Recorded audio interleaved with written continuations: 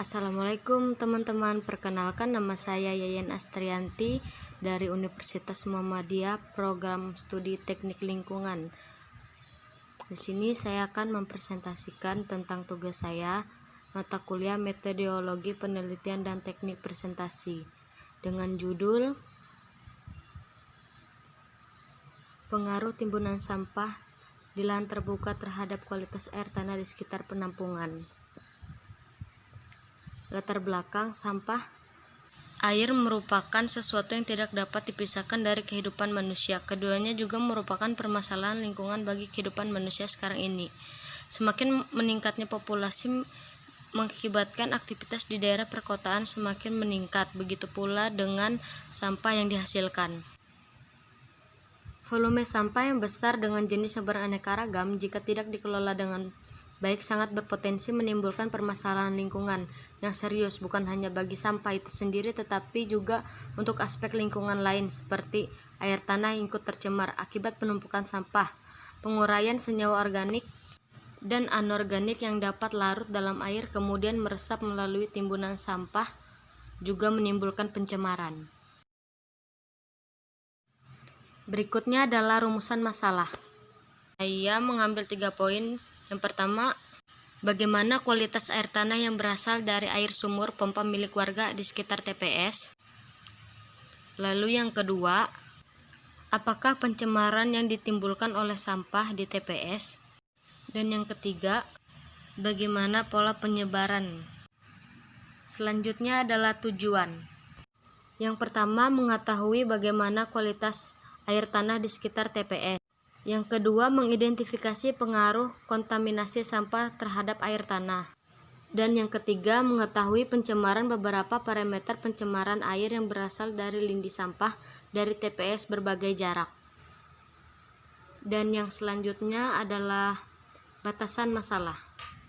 Yang pertama, objek yang dijadikan penelitian adalah air tanah dari sumur pompa milik warga yang berada di dalam jarak 0-100 meter dari TPS. Yang kedua, parameter pencemar air yang diteliti hanya amonia, fosfat, nitrat, nitrit, zat organik, dan nilai pH.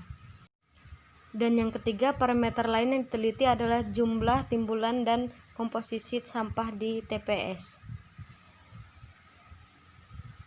Selanjutnya adalah metode penelitian.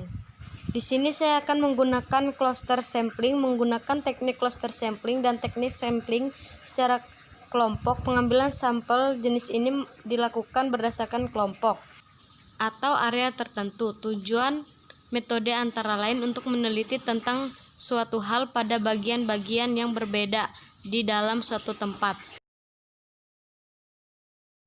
Selanjutnya adalah populasi. Total kumpulan objek penelitian dan observasi yang akan dipelajari disebut populasi. Maka populasi harus mempunyai batas yang jelas, tegas, dan konsisten. Selanjutnya adalah sampel. Untuk menentukan titik penelitian, ini tidak diambil dari populasi, melainkan dari garis lurus searah pergerakan air tanah pada peta hidrogeologi, karena apabila diambil sampel-sampel berdasarkan populasi, radius tidak dapat menggambarkan pengaruh pencemaran air tanah oleh sampah sebab air tanah mengalir hanya mengikuti aliran pergerakan arah aliran air tanah yang menurut Badan Geologi dan Lingkungan mengarah ke utara. Selanjutnya adalah teknik sampling. Komposisi dan timbulan sampah. Pengambilan sampel untuk mengukur jumlah timbulan dan komposisi sampah digunakan metode pengambilan sampel sampah yang dilakukan secara acak pada timbulan sampah yang belum dipadatkan. Contoh yang pertama adalah memilah, yang kedua menimbang dan mencatat berat sampah, yang ketiga menghitung komponen komposisi sampah. Selanjutnya, kualitas air. Pengambilan sampel air tanah ini dilakukan menggunakan metode proportive sampling, di mana penelitian ini tidak dilakukan pada seluruh populasi tetapi terfokus pada target. Adapun kriteria-kriteria dari pemukiman yang akan dijadikan sampel adalah A. Sampel yang diambil berada dalam radius cakupan penelitian. B. Yang dijadikan sampel harus air yang bersumber dari air tanah. C. Kedalaman sumber air tanah diusahakan seragam kedalaman sumbernya.